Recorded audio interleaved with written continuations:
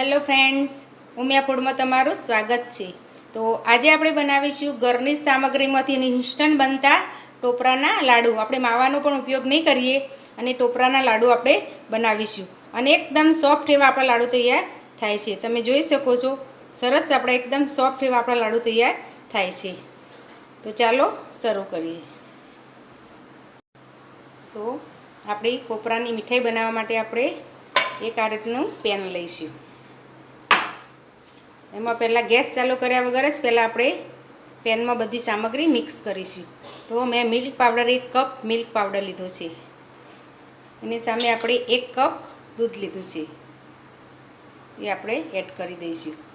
સરસ મિક્સ કરી લેવાનું છે। પહેલાં ગેસ ચાલુ નથી કરવાનો, આ રીતે પહેલાં સરસ મિક્સ કરી લેવાનું છે। તો આપણું મિલ્ક પાવડર અને દૂધ સરસ મિક્સ થઈ ગયું છે। હવે એમાં આપણે 1.5 કપ જેટલું ટોપરાનું સીણ લીધું છે, એડ કરી દઈશું। એને પણ સરસ આ રીતે મિક્સ કરી લઈશું। તો સરસ મિક્સ થઈ ગયું છે। હવે આપણે ગેસ ચાલુ કરી અને શેકીશું। તો આ રીતે સતત ચલાવતા જઈ અને સરસ આપણું લોટ બાંધી એવું બેટર થાય ત્યાં સુધી આપણે ચલાવવાનું છે। થોડું ગરમ થાય પછી આપણે ખાંડ એડ કરીશું।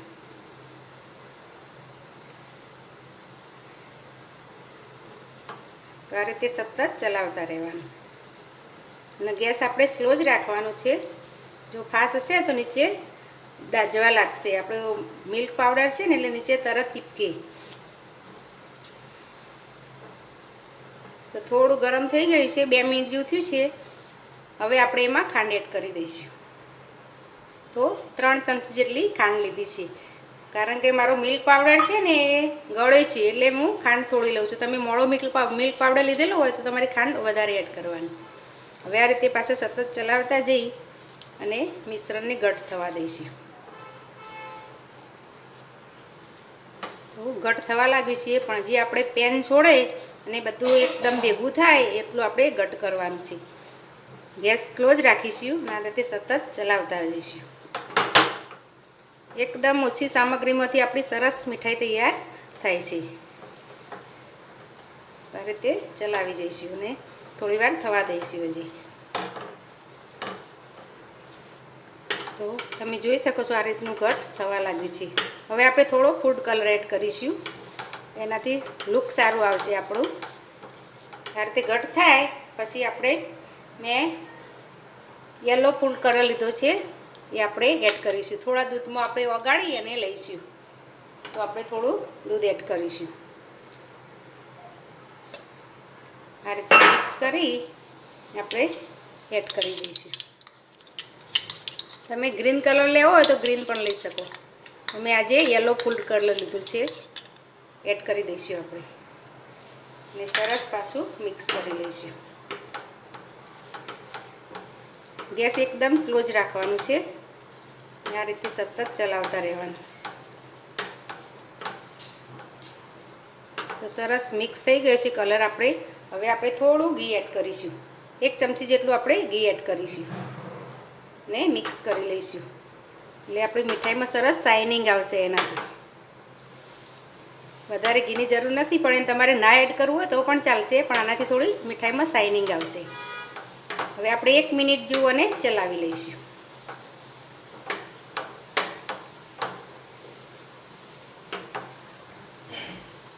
તો તમે જોઈ શકો છો આપણું પેનને સરસ ઓળવા લાગ્યું છે અને કઠણ પણ થઈ ગયું છે। આ રીતે ભેગું કરીએ તો થઈ જાય છે। હવે આપણે ગેસ બંધ કરી દઈશું અને થોડી વાર આ રીતે ચલાવતા રહીશું। આ રીતે થોડી વાર ચલાવીશું એટલે આપણી તવીમાં નીચે ચીપકશે નહીં ને થોડું ઠંડુ થવા દઈશું બેટરને। તો મિશ્રણ ઠંડુ થઈ ગયું છે, તો આપણે એના લાડુ બનાવી લઈશું। તમે ગમે તે શેપ આપી શકો, આપણે આજે લાડુનો શેપ આપીએ છીએ। આ રીતે હાથમાં ગોળ કરી અને સરસ લાડુ બનાવી લઈશું। પહેલાં આ રીતે કરશું એટલે સરસ બાઇડિંગ આવી જશે ને આ રીતે આપણે ગોળ લાડુ બનાવી લઈશું।